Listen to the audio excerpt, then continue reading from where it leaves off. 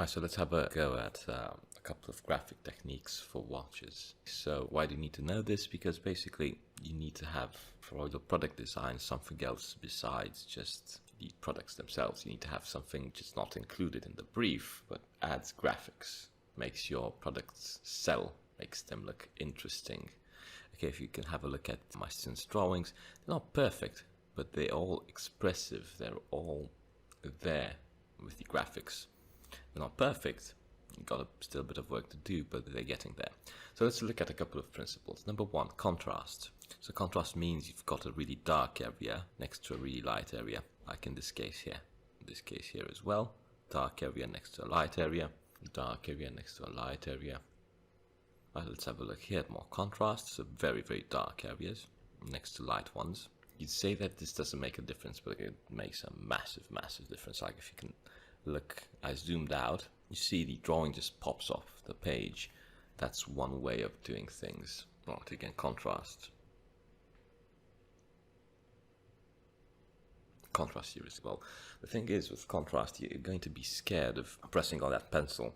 And the way to fix this is by realizing that drawings need to be seen as 6, 3, 1.5 meters. That's the rules. When you draw for like 40 to 50 centimeters. That distance, that's the distance you usually have from your drawing tools in your paper.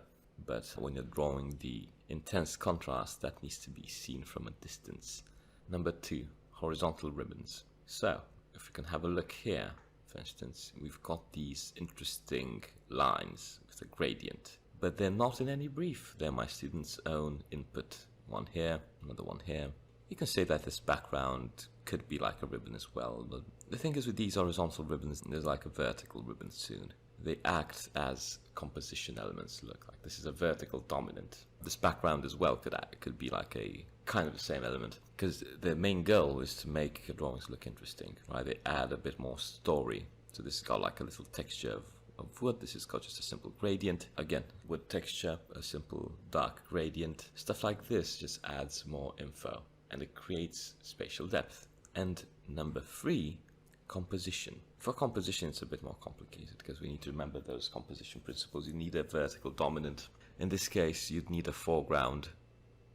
Right, so this watch over here should have been larger. This one as well could have been a bit larger. Okay, this one could have been larger. This one could have been larger. This one could have been larger. Right, so they would act like a foreground. This one could have been larger. By the way, this background acts like a horizontal dominant. Oh, this is a huge perspective mistake over here. You probably see it as well. So it's all stuff that is quite interesting. The wooden texture here could have been in the same perspective like the foreground is. That would have helped for realism. Right, and so on and so forth. This is in perspective. The wooden grain here could easily follow the perspective points for these two watches, etc.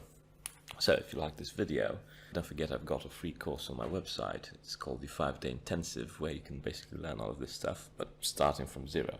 Okay, so we'll work on the fundamentals. And after that, you can obviously focus on product design, urban design, architecture, whatever you want to learn. Take care and draw nicely.